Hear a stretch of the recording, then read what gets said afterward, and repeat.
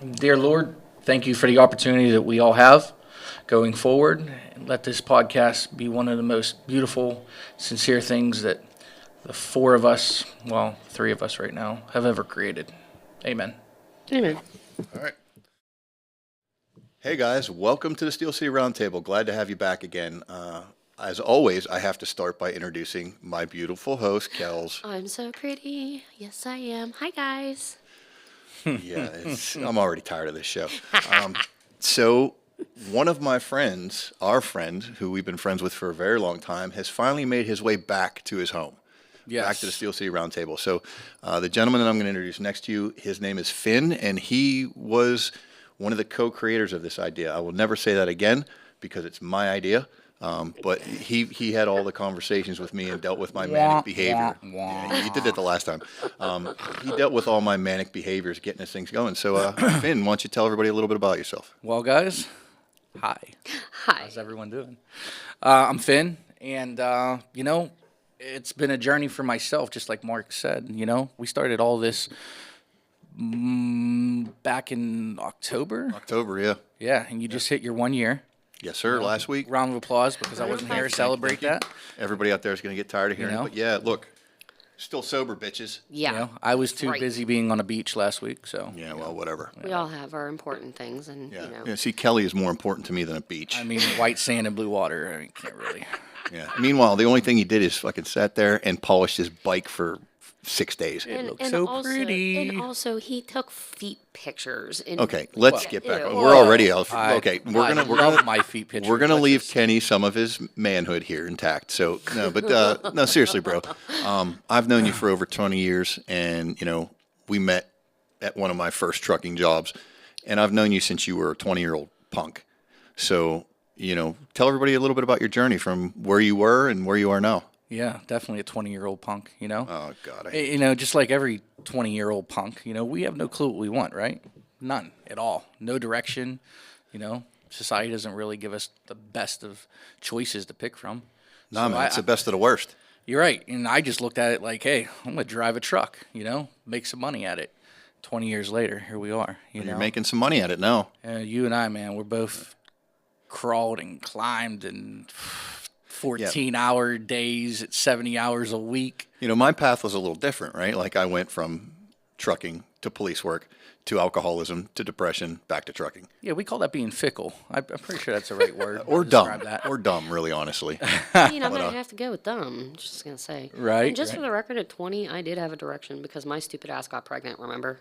Well, Was that your goal? yeah. I mean, Well, did you write that down in your calendar? Like, I want to be pregnant by 19? Well, no, I was actually pregnant by 18. Okay, I stand but- corrected. But by 20, I had a goal because she was here.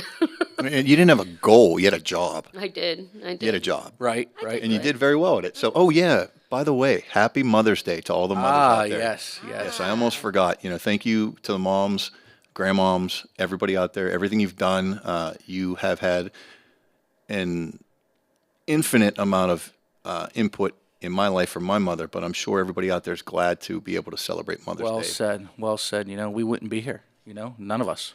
Yeah, It took a woman. Remember that. yeah. So, 20 years, man. Fuck. It's just, I think it's a journey that you and I both never thought that, was going to occur. I wanted to go into the military, actually, right out, of high school. And then I kind of got cold feet, there was some wild wars going on back then. That was, It was a rough time. 2002, there was a lot of stuff going on. So we bounced around job to job and got my CDL, and, here we are now. And I wouldn't change one single moment of it because I think that dynamic of us through the course of the 20 years has made us into some incredible people, I mean, I don't regret anything, but I would change one thing, and that's when I became a police officer, I separated myself from most of the people that I knew prior to that, because a lot of the people that I hung out with were drinkers and stuff. Back then, I still had control of my life to an extent, so, I kind of stopped talking to people. Not because I thought I was better, but I don't know. I just stopped talking to people, and so it took. It's another chapter. You started a new chapter. You know. Yeah, but you never have to dump your friends to do that. You know, that's a lesson I've learned. I mean, I kind of feel the same way because I just recently reconnected with you because of both of our situations. Yeah. And- God, I wasn't allowed to talk to a lot of people. I wasn't allowed to talk to him. Because there was always some type of, we're not in your life Innuendo. now. Why, I'm your life now. I'm your world. They're not there anymore. I think we They're just never found a your real topic for friends. today. I think we just found a topic for today.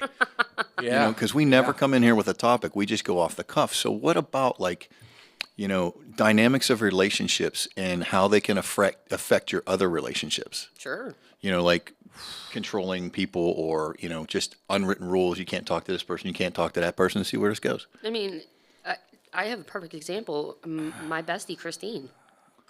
Yeah. My bestie. I didn't talk to her for 5 years. I missed 5 years of my nephew's life because I chose him and his opinion. He knew that she was the only one that loved me unconditionally, so he made sure she was nowhere near me at all. And see, the problem with that is I don't think anyone, any of those people really set out to actually have that agenda. I think it's just they're so, you call it narcissism, call it, control over the other individual. I just don't think someone wakes up in the morning and says, you know what, I'm going to be a jerk today, and I'm going to just tell you what you can't, where you can't go, who you can't talk to. But it manifests into that because you're just, I'm going to have to disagree. I'm going to have to disagree on that because her scenario is very different than anything we had, right? She was in a very abusive relationship, and he controlled her every way possible through words, through physical action, through substances. And I think I mean, even down to what I used to clean a house and what food was in my refrigerator. Well, that's kind of what I mean. Like, maybe I didn't say it clearly. I don't, someone's not born that way. They just develop this characteristic, and they don't even know they're doing it themselves. Well, I mean, we're all products of our environment, right? So what we see growing up is going to affect us. I hate disagreeing with him, but I'm going to disagree again. No, I love it. Go ahead. I think it's a combination. I think people are born with that narcissistic gene, that asshole gene in them. I think we're all born with it, right?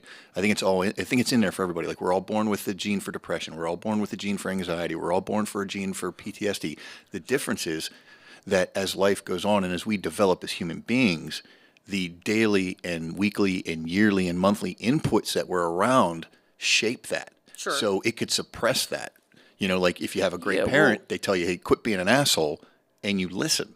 I'll add to that because what if it's, and I'll agree with you. I'll agree with them. Okay. What if it's actually, Mark that down, folks. yeah, it doesn't happen often. But when it does, it's glorious. It's a Mother's Day miracle.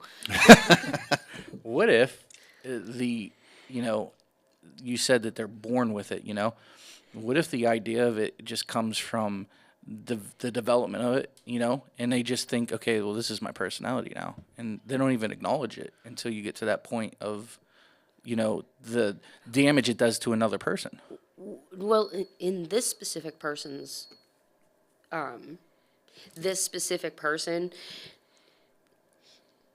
he was raised that way.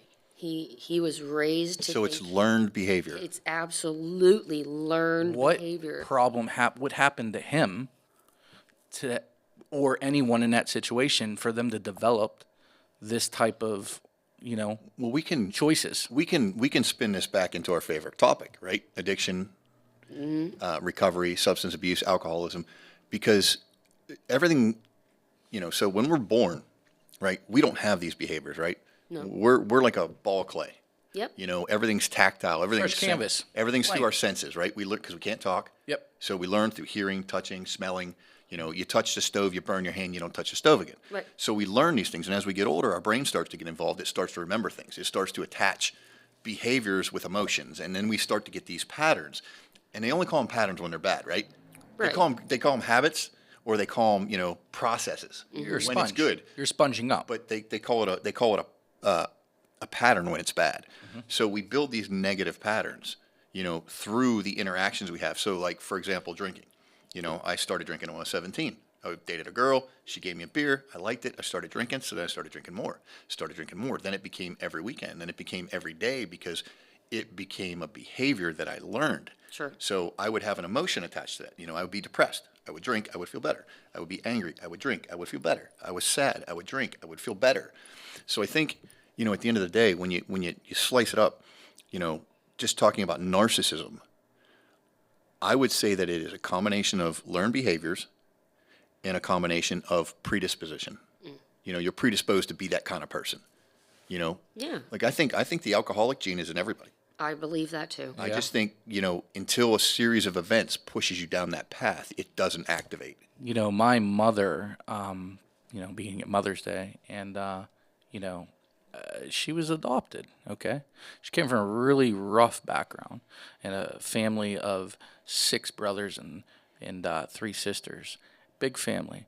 And unfortunately, which would have been my grandmother, passed away when she was 32 from drinking, from just every day, 24 hours a day.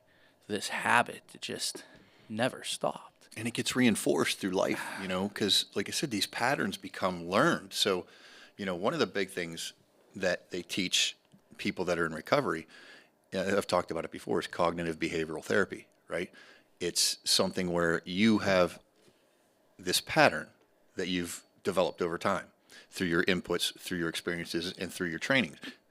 And then to deal with that, you have to realize that you attach an emotion to the behavior. So if you get depressed, you do this, and this. Naturally, you just do it. Yeah. Because that's what you learned how to do. So like me, pushing things down was what I learned. Not dealing with things is what I learned.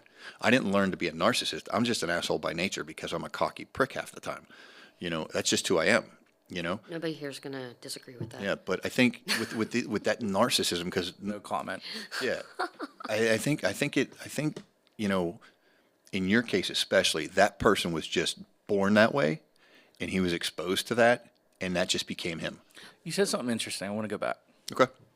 You said that you feel that you were just born this natural dick, this prick, this disposition of having a chip on your shoulder. Do you think that was more of a self mechanism as a safety Like self-defense? net? Yes.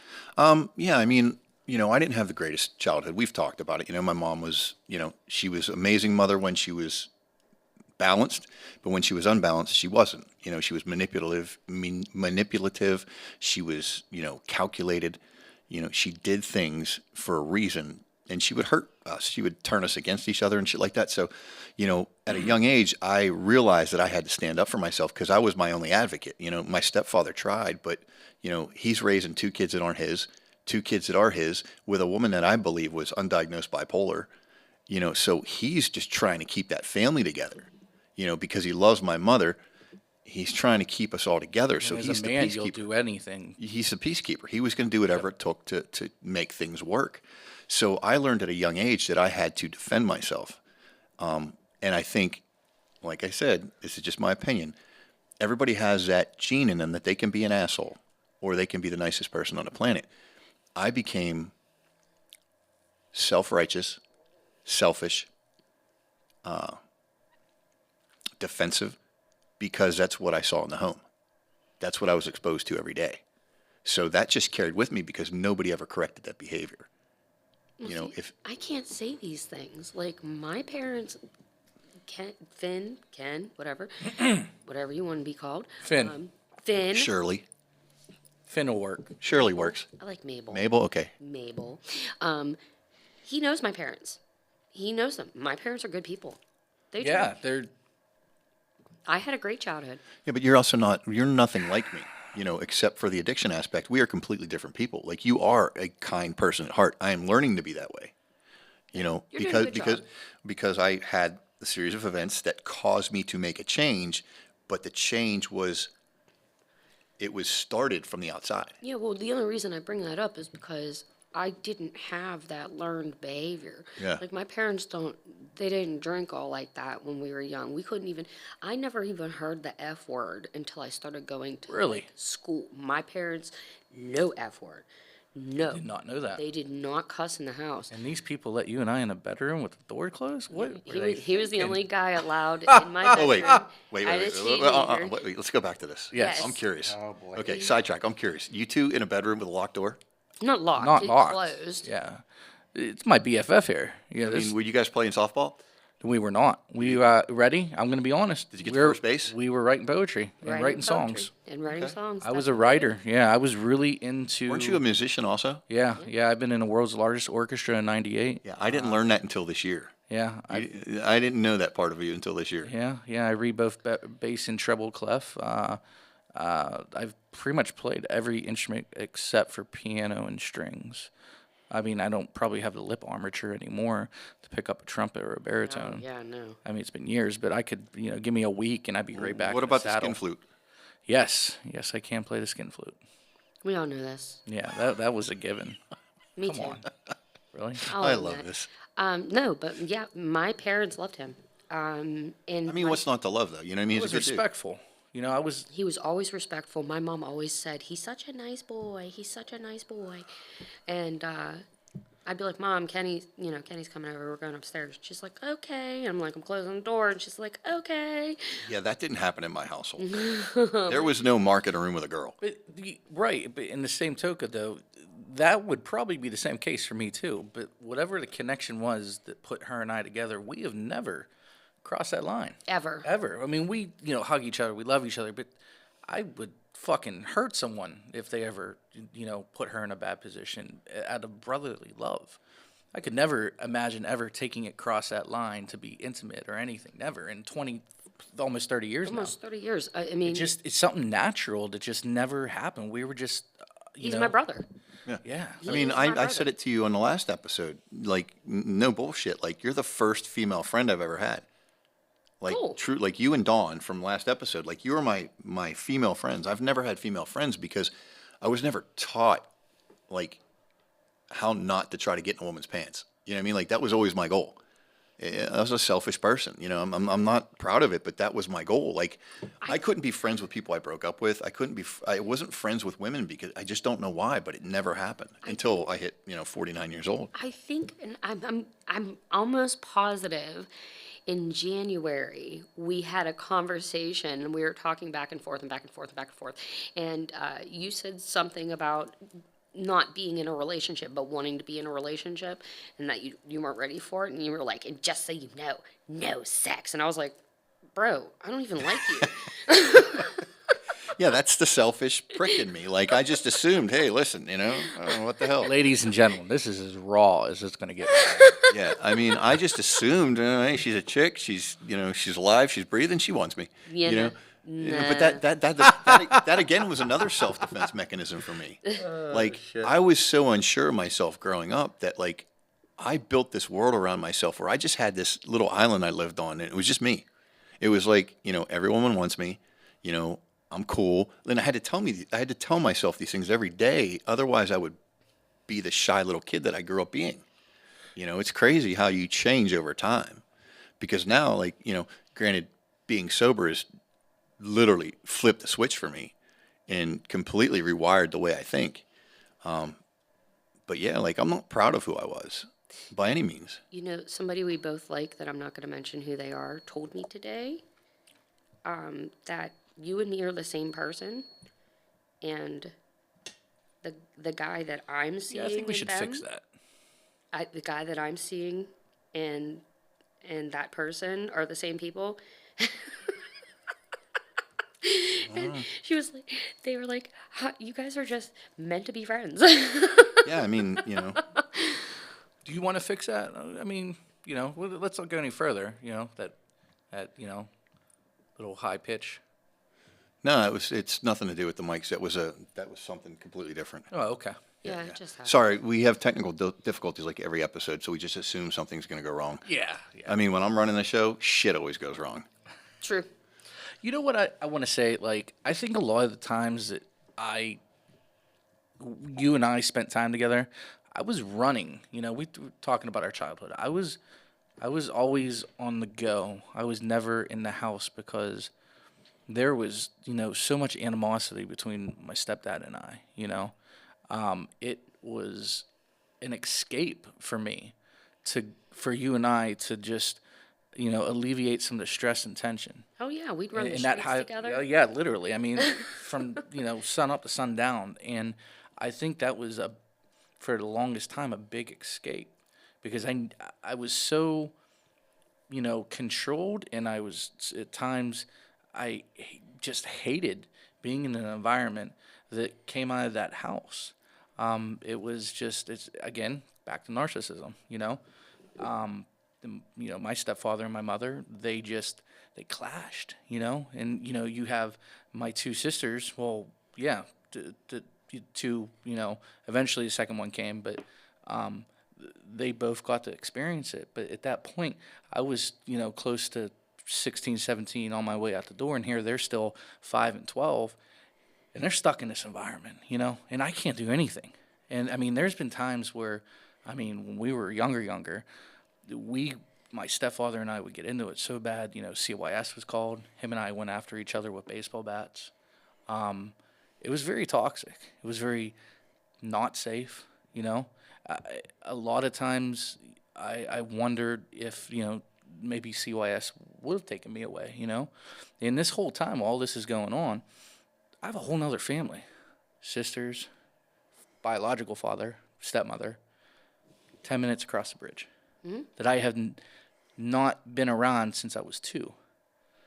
I didn't meet them till I was 26. Had this whole nother world. I missed out on so much in a world that would have and probably changed the direction of some of the choices that I made as a young adolescent. I wouldn't change what it's structured now because I'm an awesome fucking human being. Agreed. But I feel, Sometimes.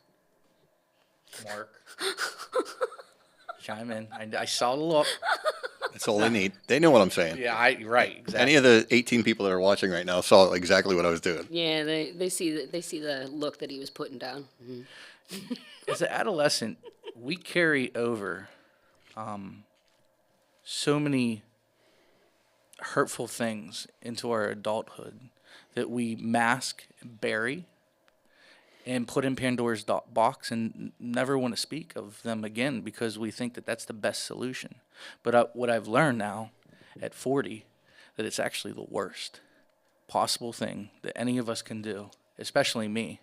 That's a lot of the reason why I took some time off from this show because, along with what a lot of people don't know yet is, my addiction was gambling. Well, you just said you took time off. He hasn't done an episode yet. You can't take time off if you haven't been here. That is not true. We did episode 4, and I looked like I was a mute. So. Oh, you were here? Yeah. Oh, I forgot. I think I said like 2 words. Yeah, you were pretty quiet that day. Yeah. But no, man, you're right though.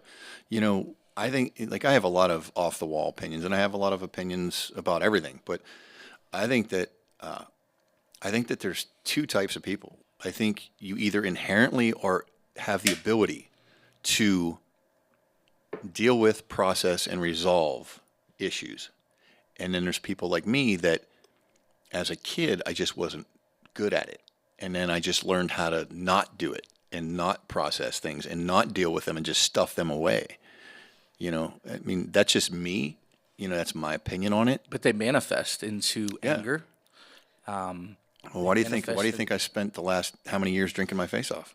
I have to say a lot of the things with me leading up to is I never had my own control.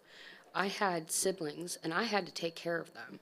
My parents both worked. My mom needed to rest. My dad needed to rest. What better to have than a 13-year-old daughter that's going to watch all 3 of your younger kids? Yeah. Leave me home. Don't get it twisted, guys. This is back in the day when you could leave your kids home alone. Now you can't do it. Everybody's stupid. But that's an understatement. Understatement of the century. But me starting into drugs and alcohol was an escape because that was I could let go of that kind of control. Do you know what I mean? Does that make sense?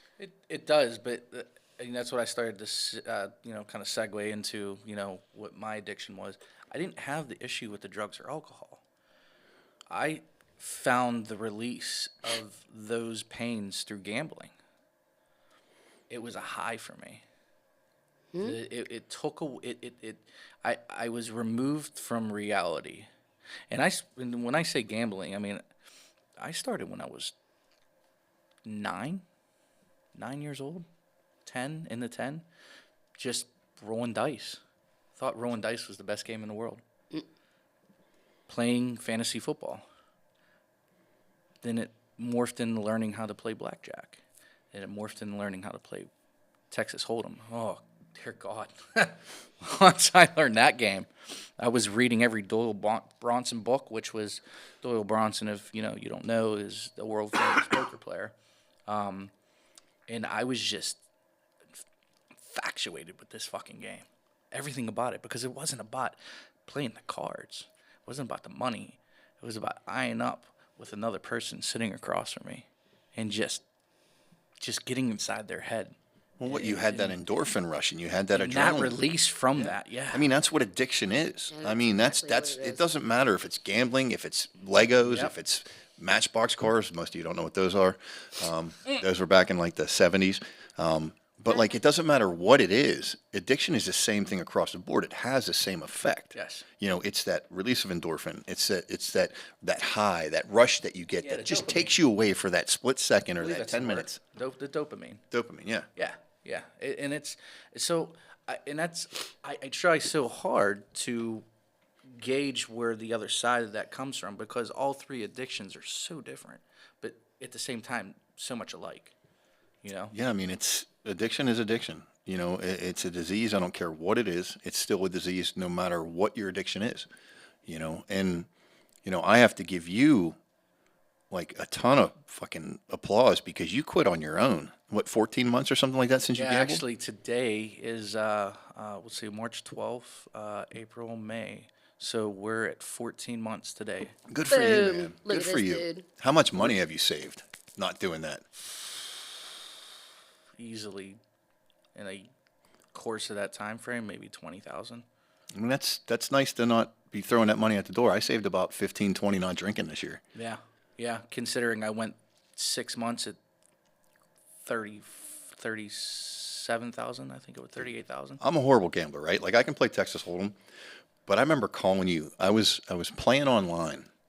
I was playing blackjack. I was up to like $3,000 or 3,600 or something like that, and I made like 6 bets and lost it all. Oop. And then my justification was, oh, it's online. It's not my money yet. And I literally was sick for like a month afterwards, so I haven't gambled since. That was like a year ago, over a year ago. I never had that problem. I never ever had that problem. Like, I'd do a scratchy ticket. Like, if I'm having a real good day and I get like, you're at the store and they're like $13 even, you're like, I'm playing the lottery. You know what I mean? Because it's an even number, never even. Like, I do like a scratchy ticket. But I wouldn't go back. If I won money, I'd pocket the money. I'd buy bread, milk, Yeah. cereal, whatever. That's not Kenny. If I lost, By any I'd just means. rip it up and throw it away. And that's not me either, because I can't walk away if I'm winning. I never can walk away if I'm winning. I end up losing everything. See, the problem for me, and I'll give a little quick backstory on this for the audience too. I made a lot of my money very fast by playing Texas Hold'em, and I was really good at it. 3 days a week, cash in, $175, bought in for 200. Discipline. I built it up to $7,000 in about 9 weeks. Took that $7,000, thought, why not? Let's gamble a little bit. After 9 weeks of being disciplined, getting up, coming in, going to work, after work, down to casino, hour and a half, get up, go home, 3 days a week. Think about that. I turned into a business. I'm doing great. No problem. I'm going to put money away, maybe venture off into another business, get myself a little capital. But then something happens. You learn all the games that are outside the poker room. The baccarat, the blackjack, the roulette, all these games that have the Mississippi stud. Straight games of chance. Straight key, yes. Higher, much higher potential earnings. And so when you flip that $7,000 into 14, you're like, oh boy, where's this gonna fucking go? And you take that 14, come back in a couple days, learn a new game. I learned how to play baccarat. It is a 50% chance in a casino. You're either going to pick a banker or a player. The amount of time it took me to lose 14,000 was about 33 minutes. Gone. 33. And why? Because you lose the first 6. All right, I got a couple thousand left. Let me double this. Just a bad call. And before you know it, It's that little voice sitting here going, you're done. Don't give up. Don't give up. You're You done. You can come back. You can come back. So, yeah, it was bad. Yeah. It cost me a lot. It cost me, on top of other issues in my marriage to fail. It was definitely an attribute to I think that I think failure. last year when right around the time you quit, we had talked. You were gambling and we were talking about it, and you were like up like 3,500 or something like that, and you ended up losing it all. And we had talked about you going No, home. that was the night. That was up when I was driving down the road and I was up $6,000.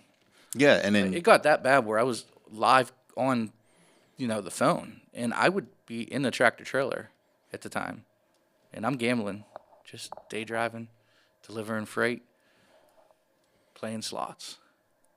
Up $6,000. Hey, Mark, I'm up $6,000. Well, how'd you do that? Aren't you at work? Yeah, we're multitasking. yeah, 3 hours later, how'd you do, Kenny? I don't want to talk about it. Well, Multiple times. Well, once again, dude, that's amazing on you. To be disciplined, because addiction once it has the hooks in you, it don't let go. It still has the hooks in me. It takes a complete, as I say, a spiritual change, and it takes a complete character adjustment to stop doing that. It still has the hooks in me. It'll have the hooks in me until the day that I die. Dude, I'll never recover. But it's a choice because it was going to assist me faster in the direction of if I would have continued down the path that I was going, I would have took my life because I would have spent every last fucking penny trying to recoup everything I ever lost. Every penny. This may I mean, in jeopardizing of putting my house, into foreclosure, car and bike payments months behind because I thought that I could just, if I did it once, I could do it again and then I could walk away. You can't. It doesn't work like that because this machine, these casinos, the online apps. they don't do it because they lose money. No, it's built on losers. I mean, this Not might be a touchy subject, but like you and I are very similar because the decisions we made while we were married, the addictions that we had a profound effect on our relationships. Absolutely. Like I got divorced because, I was undiagnosed mental health and I was drinking all the time and I became, just this antisocial individual and I didn't want to be spending time together and blah, blah, blah, blah, go on for days. You kind of went through something similar, not the same scenario, but I mean, it had a profound effect on your marriage. Yeah, it did. You remember the day that you showed up and my wife and I are sitting on the front porch and you were ripped. You probably had half a bottle of Jack on you. And you were on your bike. I had a half gallon in the saddlebag. In your system on top of what you had. Dude, I was so bad. Do you recall that? I remember being at your house, but I don't remember how long I was there. 2 hours. Yeah, I mean, dude, like that's 2 hours he was there. That's the way I was. Like there was times where I was drinking all day, and I would get on a bike at like 3 a.m, and I would, Pittsburgh. By the time I got off my bike to go to the bathroom, I was in Youngstown. Right. And then I had, I would buy those big like 24-ounce seltzers, and I put like 5 or 6 of them in my saddlebag, and I'd pull over the side of the road, chug one, keep on going. I'd ride for like 6, 7 hours, drinking the whole time, and get home and not remember a thing until like 2 or 3 days later because I literally was like blackout on a motorcycle. But that was normal for me. I put it out there last week. I had a pint bottle strapped to inside the hood of my my car. your car. Yeah, I know. When you said that, I was took some. I was really torn inside when you said that because I didn't really fully understand how far in depth you were willing to go to make sure that you never ran out. There was Blew my mind. There was nothing I wouldn't do to make sure I had alcohol. blew my mind. Nothing. Dude, it was kind of funny. I went to the gas station today over in Springdale or Cheswick, and I got an energy drink because I was coming back. And, like as every week, I haven't gone to bed yet. And I'm in there, and I see these. He's a machine, y'all. He's a machine. I see these little bottles of like that flavored moonshine that I used to buy. And I just want to sit there and break the entire display. I'm like, this is why. This is one of the reasons why I couldn't break the habit, because it is freaking everywhere. Like gas stations, you walk in and it's right there in front of you. Little bottles of what's that? Fireball whiskey. Yep. Like it's everywhere. Like this country literally wants you to become an addict. I swear to God, I believe that 100%. It is. Because they all make money off of it. Distraction. Who cares if some idiot dies of alcoholism? We made our money. I mean, I went to the dentist the other day. I'm having an infection. It's very painful, and he said, "I'm going to give you something for the pain." I said, "I'll take 800 ibuprofens, please." Good for you. And he was like, "Well, I can give you something stronger." I was like, "Nah, I'm good. 800 ibuprofens. I'll mix it with Tylenol. Yeah. Be fine." He was like, "I never had anybody do that." All right.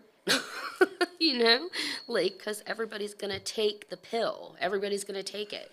They want that pain to go away. But me, I get a prescription of that shit, and I'm going to sit there and pop 3 right off the head and melt into my couch, or take it the other direction, because it really depends on how tired I am when I do that.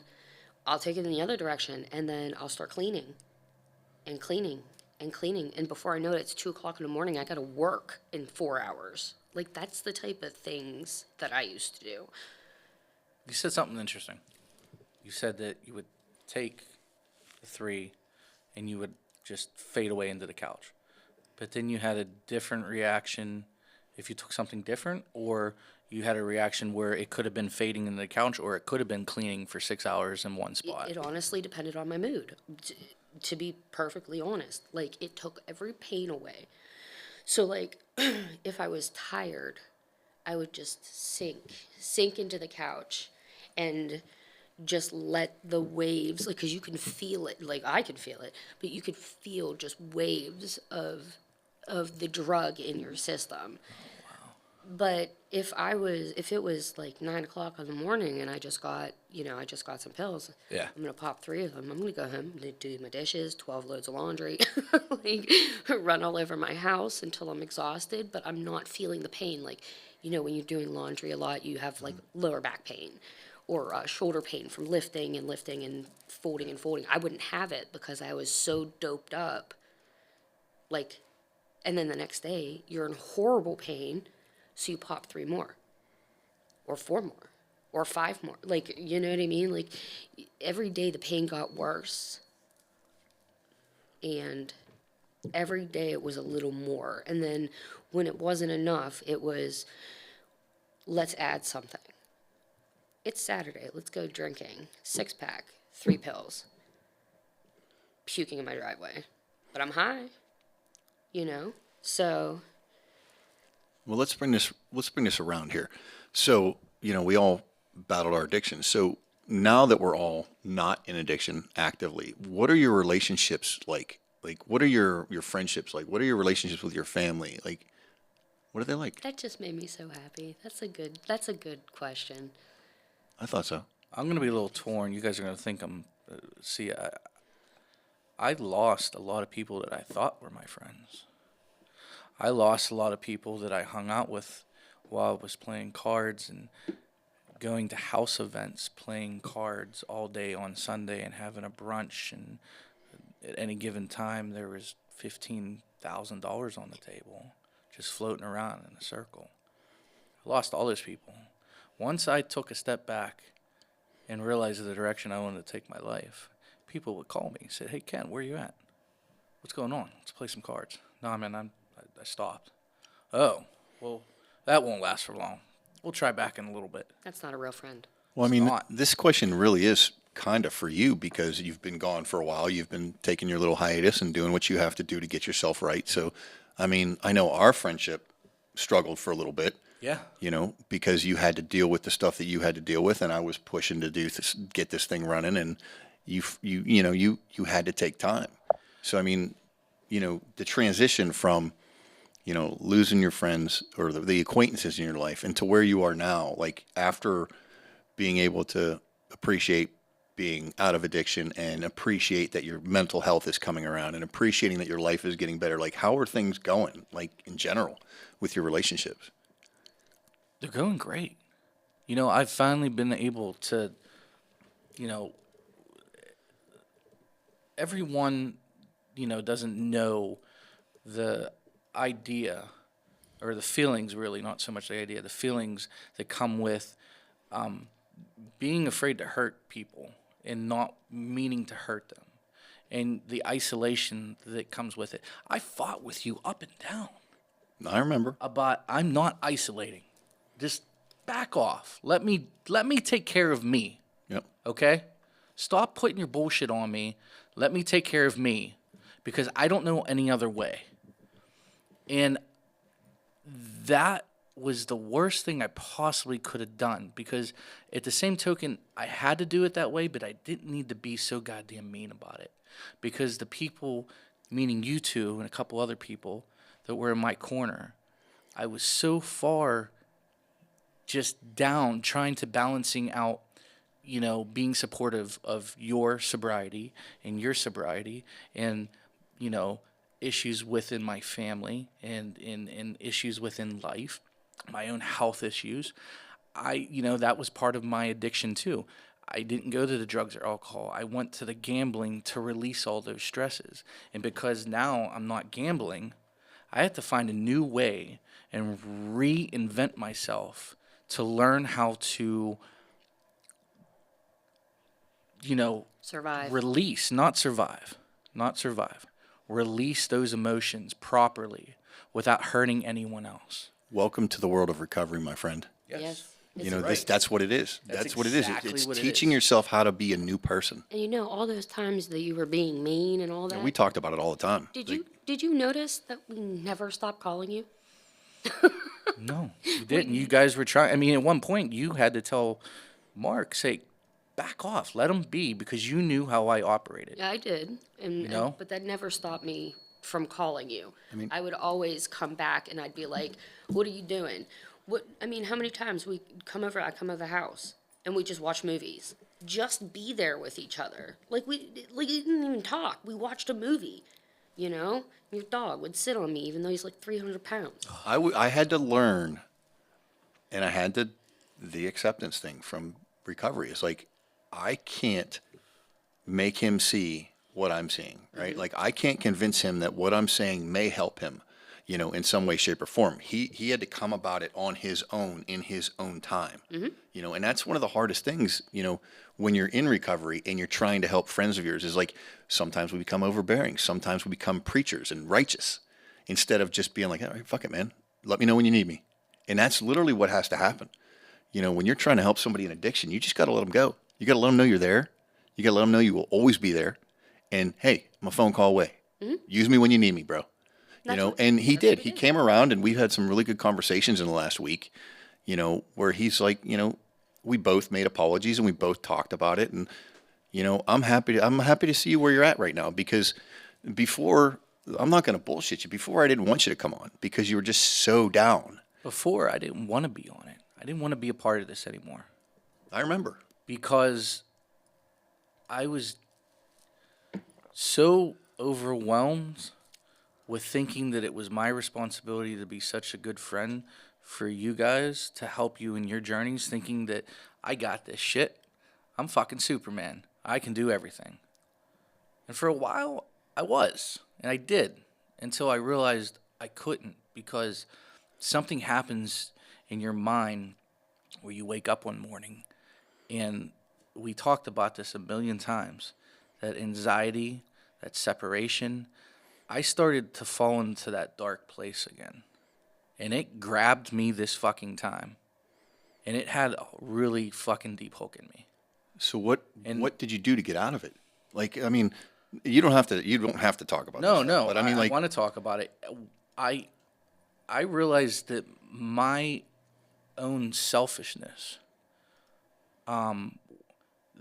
wasn't worth the idea of losing everyone that cared about me.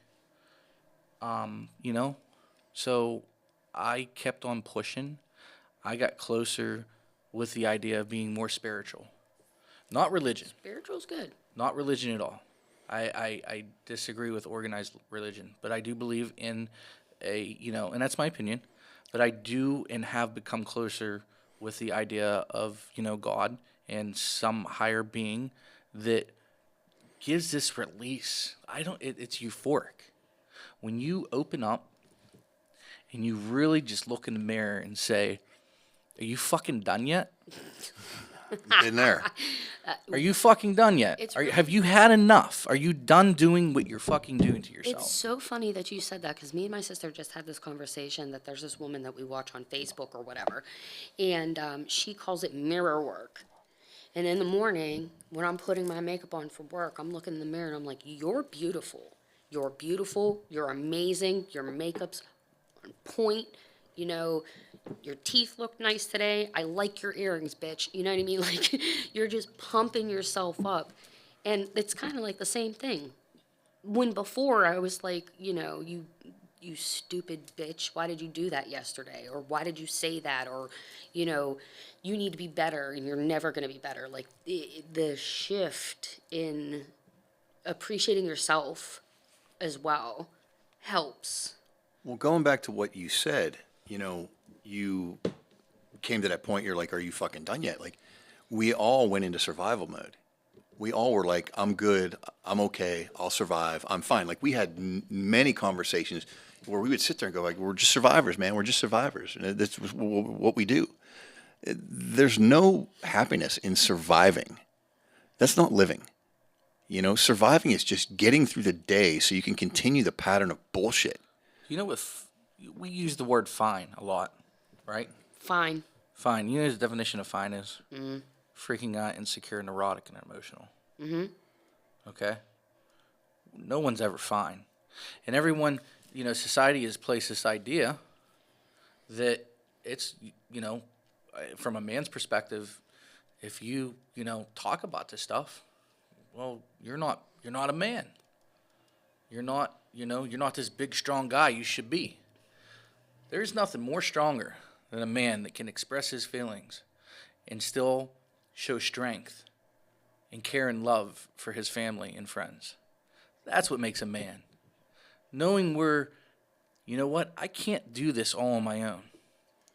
But God damn it, I'm going to fucking push. Mm-hmm.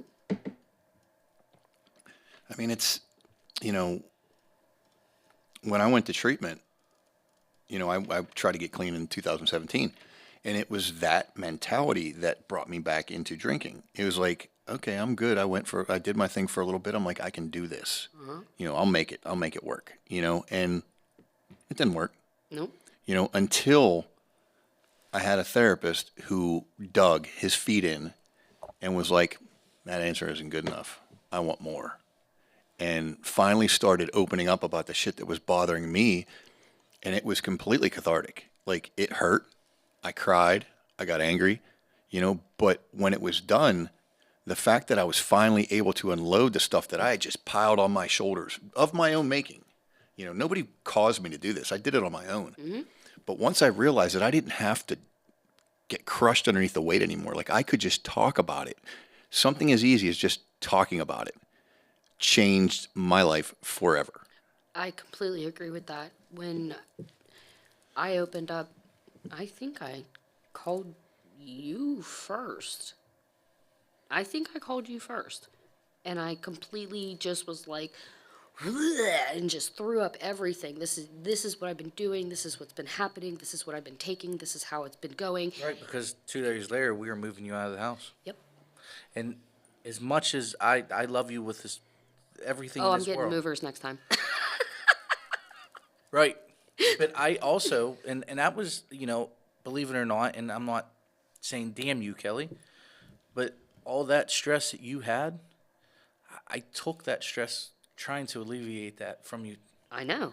And at the same time with him, not realizing the damage I was causing to myself, thinking that I could, that was the biggest problem for me, because I was almost getting angry with my choices, because I was, and not just you guys, other people that I was helping in my life too during the last 3-4 months.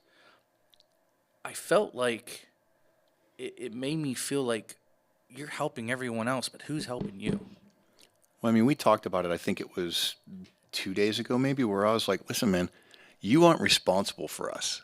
You know, like, Yep. you're not responsible for an addict to stay clean. Nope. That's on us. Yep. You know, all we require, all we ask is that you pick up the phone. That's it. But the idea of the love of a friendship, regardless of what you say, you will always feel that if it's a genuine relationship Yeah. between each other. You always feel that need to be there for that your brother, your sister. But not Because at you the, don't not wanna at the see cost them- of your own sanity. Exactly, and that's what I had to teach myself. And I mean, you seem better. I haven't seen you in a while. I haven't seen you since episode 4, which was what, like a month and a half ago? Yeah. About 6 weeks. Yeah, but you seem better. Like, you don't seem to be on edge like you were before. And you didn't wear that stupid dress shirt. Thank God. I'm the only one allowed to dress up on this show, You just so loved everybody knows. What do you mean, thank God? You love that shirt. And those blue pants were fucking awesome, along with my shoes. Dude, To Catch a Predator, really? Let me just shave this all off and just get my stash going. I'm gonna go back. I'm gonna get us back on track. Yeah, you do that, Kel. You take over from here. I'm done. For me, my relationships have been amazing. You know, we talked about it. Define You hate amazing. it. Hey. We've talked about it, and you hate it, but I did some dating, and I don't hate you dating. he hates me dating. I don't like the people you pick. Okay, fair They're, enough. they're no good for you. They're The not. ones that you've had are no good for you. Well, but No good for your sobriety. listen. In I'm the listening. past, Wait. oop, shit. Broke it. In the past, Technically, I would have stuck myself right in the mud and tried to fix them. What did I do this time? Deuces. yes, you did. I mean, with the But one, it you're took you 0 a for couple 2. tries. It took you a couple tries, but you know, I'm not going to say it's our conversations, but you definitely, since I've met you, you definitely are growing a backbone to protect yourself. Because we all know that when you're recovering from anything, that's got to be the number one priority. Like, nothing gets in the way of that. Like, you don't date somebody if you think they might have the potential to possibly jeopardize your sobriety. And that's what I like about what I'm seeing in you, is that, you know, you are making the right decisions for you. You know, I can't tell you what to do. I just give you my unbiased, you know, jerk off And opinion. I like to piggyback on his unbiased opinion, and I've said this to both of you. We have to be happy with ourselves before we can share ourselves with anyone. Correct. And when you get to that point, fuck, the possibilities are endless. Well, you brought it up. You happy? Yes. Good. I think, Can we get that in writing? no. Can it be in No. pink ink? You just carve it right in the middle. No, of the but thing. seriously, Carve it right here. I'm very happy. You know, it's not even about happy. I am at peace. Content. Content. No. I'm not content. Never content. I don't want to be content. I want to continue to grow. I don't want to become stuck in that moment where, okay, we're done taking chances, we're done growing, we're done learning, we're done reteaching. I don't want to be content. I don't think that's contentment, though. You know what I mean? Content is, in my mind, content is just a state of being comfortable with who you are right now in your shoes. Complacency, yes. I will never be complacent. I will never sit back and not try to achieve things. But I can be content in my life and still strive towards better things. It just means that I don't regret things now, and I don't Yes. get worked up about things right now. And I can sit Yes. there and say, okay, I want to do this, so I'm going to go out and do that. But it's not going to cost me my sanity now. I've learned to be happy again. Let's say that. I've learned how to be happy again. I've learned how to realize that, as silly as this sounds, just waking up in the morning. Dude, every and morning. having the opportunity just to go to that job we may not like, drive that truck that, you know, we may not need, and fill it up with the gas, unfortunately, we have to pay for. All those burdens, all those little things, I'm just happy that I'm here to experience and feel alive again, because I was numb for a very long time. You know what they call that? Spiritual growth. Spiritual growth. Amen to that. My favorite part about your come to Jesus moment, or come to whoever's moment, whoever you're thinking about is your spiritual power. Yes. When Kenny does not know how to make a regular phone call, y'all. Oh God, don't. He does not know how to pick up the phone and dial a number and just be like, "Hey, what's going on?" He FaceTimes you. Love my FaceTime. But I have to Who does say, it? I have to say, I know immediately how he is feeling the moment I answer that phone. And every time he's been calling me lately, I see this man smiling at me. He's, "Hello, love." And I'm like, "Hi." You know what I mean? And we start talking, blah, blah, blah, blah, blah. Same thing with Mark. Mark calls me. He's like, "What are you doing, fuckface?" And I know that it's going to be a good conversation because Ken he's is in back. a good mood. Yeah, you know it's a Back bad again. conversation when I text you Yeah, when and he's I'm blowing up on a text message. Ladies and gentlemen, let me tell you about this man's texts that he likes to send. I mean, they're not just a little, paragraph. They were a freaking novel, okay? Let's When you just got to make put that your friend in his clear. place, you got to put your friend in his place. I'm just saying. Here we go. When I got to show you the error of your ways. I think the shit's starting to get thick in here. Hey, man, what are you going to do? Hey, listen, if I didn't do it, somebody would. You know, You know what the best part about being sober right now for me is? what's that? My best friend, Teeny, I was on the phone with her the other day, and she was talking to Dominic, her son. And she said, "Who's your uncles?" And he starts naming his uncles. And she goes, "Who's your aunts?" And he goes, "Man, Mom, I have a lot of aunts." She goes, "Well, who's your favorite aunt?" He goes, "Aunt Kelly."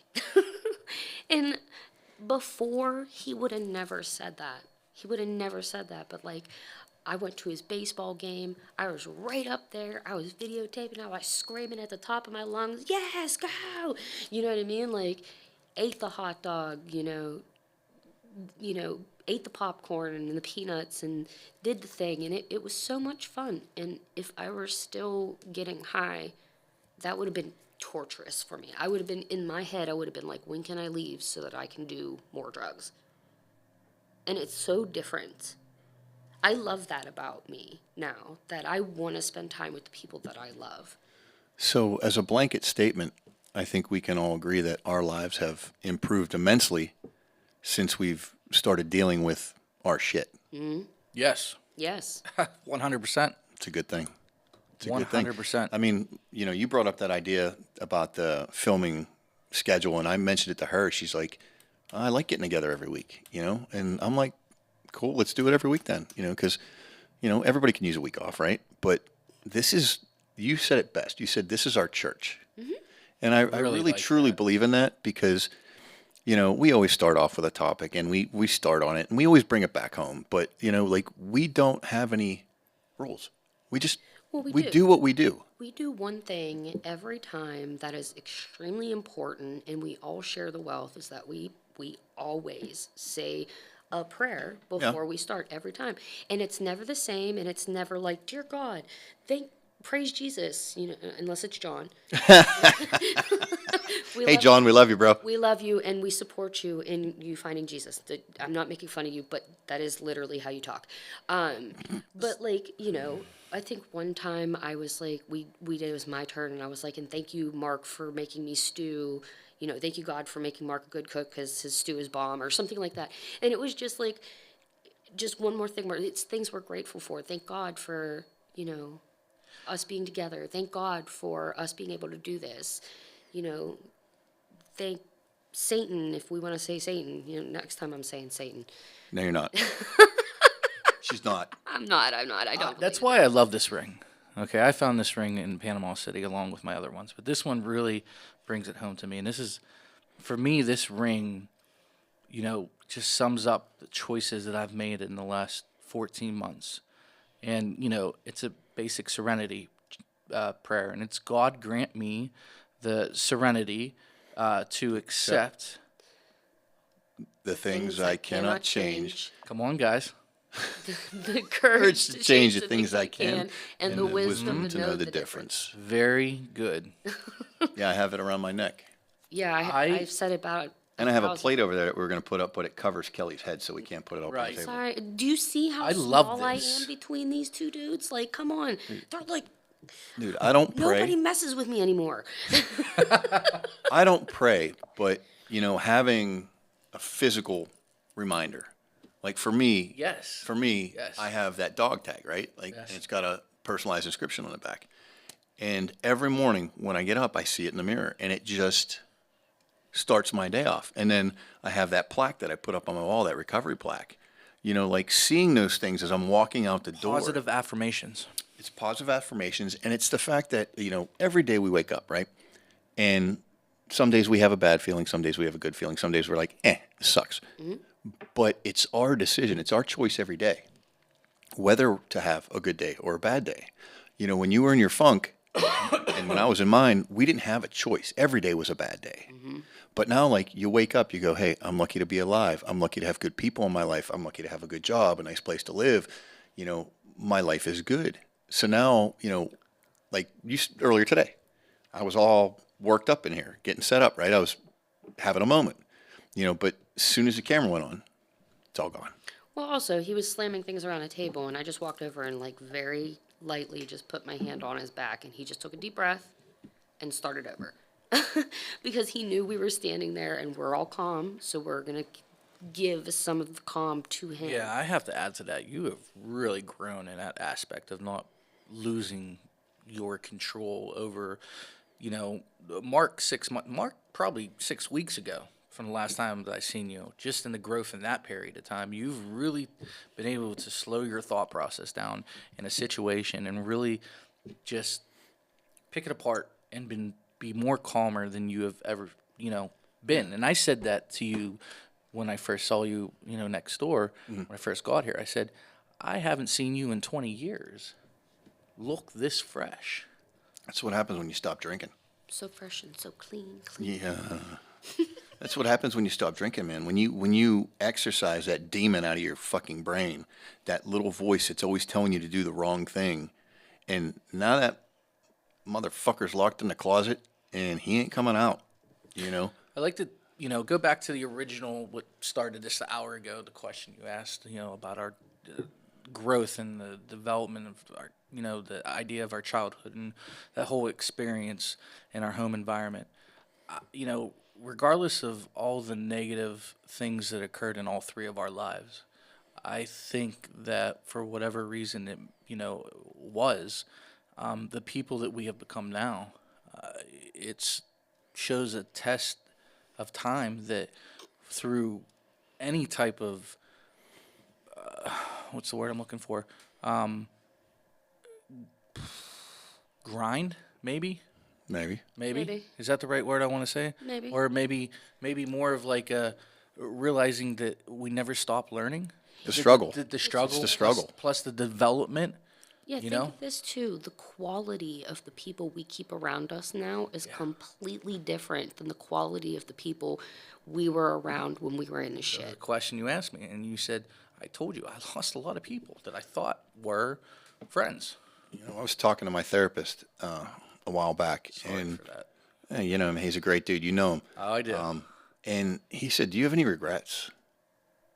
And I literally sat there for a little bit. I'm like, 6 months ago, 8 months ago, I probably would have said yeah. But now I don't have any regrets. Do I think or do I wish I could have done some things differently? Hell yeah. I'm human. I make mistakes.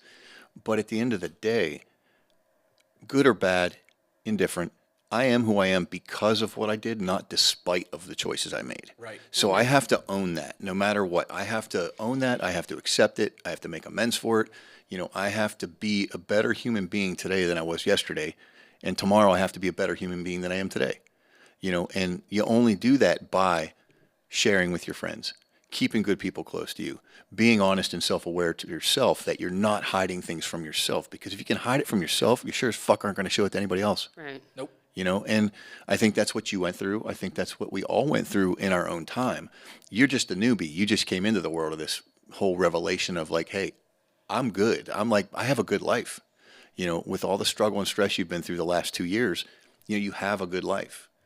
I think you're finally starting to acknowledge the fact that you're a good dude. you do good things, and your life is good. Well put. I mean, I have to tell you this because we were talking about the Serenity Prayer, and you talk about in the morning you have yours. You talk about your ring. I say the Serenity Prayer when I'm driving. you probably should because you drive like a lunatic. I I do. have seen you drive. How many tires? I'm 4? terrified. 4. 4 tires. She blew 4 tires. I have a slow leak in one, and I just got it last year, so like it's really annoying me. No, instead of cussing and screaming, I aggressively say the Serenity Prayer.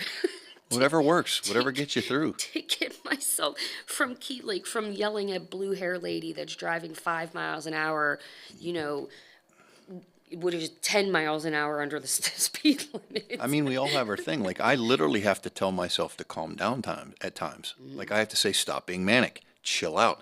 I have to do that whole CBT thing. Is it going to hurt me or my friends? Is it going to kill me? Can I do anything about it? If the answer is no, chill out. Yeah. You know, and that's something that I think is good for everybody. You know what I actually started exercising was breathing techniques that you taught me. I actually do that every day now. They work. They work. When I wake up, You do the box breathing? yes. The when 4 I count? first wake up, no matter what, that's what I'm doing. I have a sleep monitor.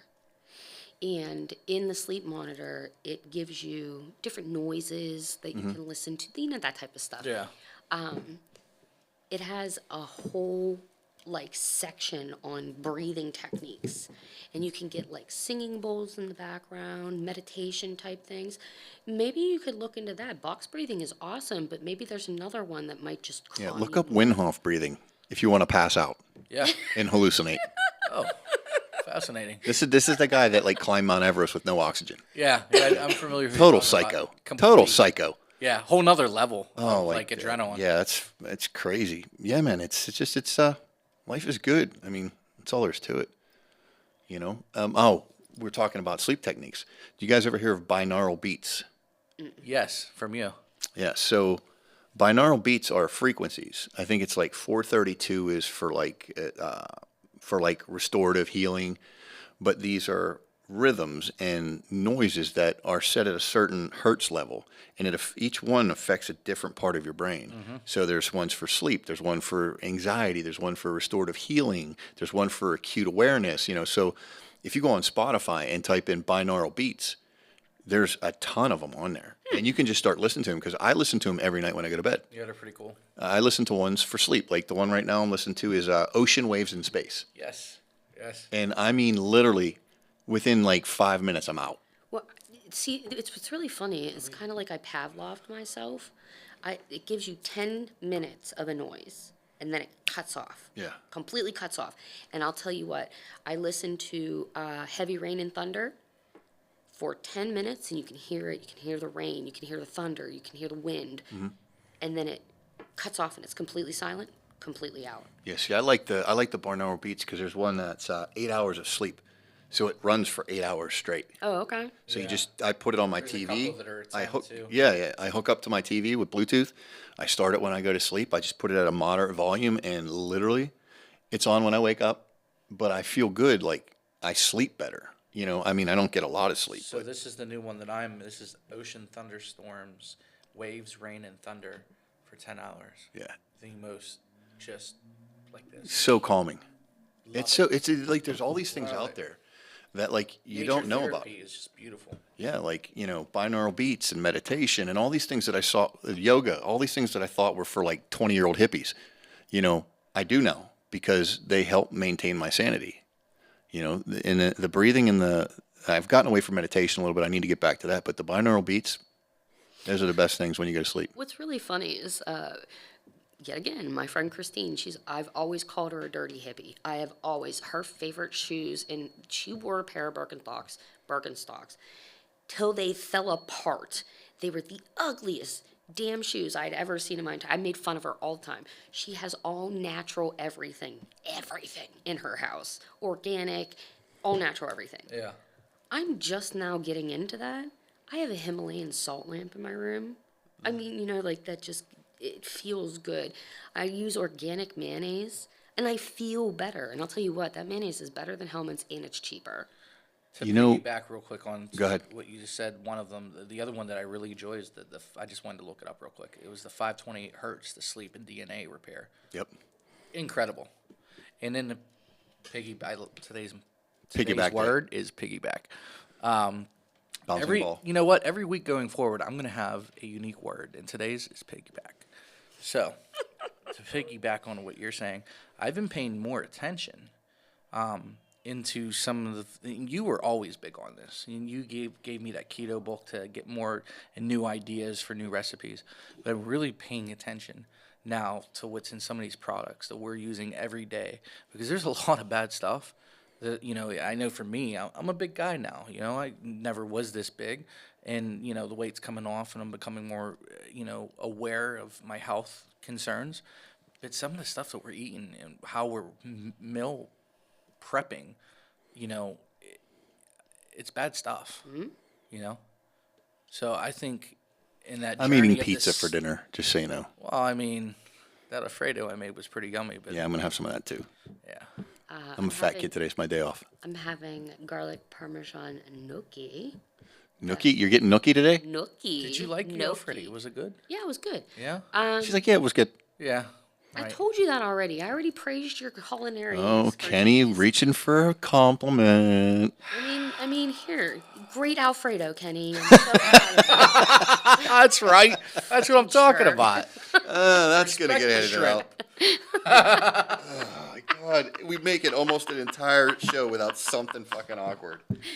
Oh, my God. So, let's bring this thing home. We've been Okay. talking for a while. Okay. So, once again, congratulations on 14 months. Thank you. Amen. And more than anything, congratulations on starting your healing. Starting your journey of improving your mental health, improving your physical health, because we were both worried for you. You know what I mean? So it's good to see you taking care of yourself, But yeah, I'm glad you're back, man. I was worried for myself. I'm glad you're back. I am. I think you're back. good this to be time. I back. think you're back this time. I think I am too.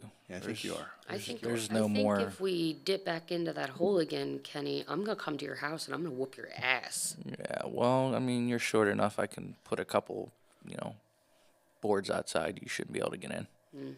Dougal, let me. Just take the steps away. She can't jump that high. But anyway, bad joke. So, yeah, we're going to get out of here. Thanks for listening, guys. Kels, you have anything to say to anybody? Yes, I would like to show you my new earrings. They are resin moons, and it's from Black Magic Tarot. She's on TikTok. Has some awesome stuff. I love that shirt, by the way. Thank Love that. Thank you. This is, once again, it's that time, inspiringsobriety.com. It's a site based out of South Carolina. She makes great clothes, great T-shirts, all sobriety-based. Also to Jake Miklo with True Believer Jiu-Jitsu. Hope you're doing well, brother. I'll see you this week. Trek Management, thank you for allowing us to film Yes. in your Thank you, facility. Trek. Thank you, Trek. They have 2 apartment complexes they're looking to fill, ABHL and the residences at the Garden. Check them out if you're looking to move into the north side. But other than that, Kenny, say what you got to say. It is May, Correct. which is the month of mental Yes, it is. awareness. Yes, it Mental is. health awareness, yep. Yes. Yes, it is. I want everyone out there just to know that there is always someone that will be willing to listen at all times. And I just want to say thanks again for you guys loving me and being my friend. Always, buddy. Always. My besties here. You can't get rid of me. Yeah, Always. I know, I've tried. I know you have. Fucking. You even had another Kelly try to get rid of me. Oh, we'll save that for next. And Kels, anything else? Nothing. Just happy Mother's Day. Yes, yes. Thank you, Cheyenne, for being my shining star. You made me stronger just by being alive and letting me be your mother. So, and my mom. My mom is a rock star.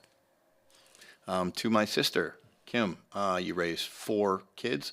You did a great job. Don't let what's going on in your life bring you down. You'll got this. You'll be fine. Sorry, not fine, but you'll be good. Life will turn around for you. But yeah, Keith Fetzko, wish you were here. John Beatty, wish you were here. We'll see you guys hopefully next week. And with that, there is always a seat here at the Steel City Roundtable for you guys. Reach out to us on our Instagram, Facebook, TikTok, X, Twitter, whatever the F that's called. And also our email is steelcityroundtable@gmail.com. And we will be back at you in a week. Later, guys. Love you. Bye.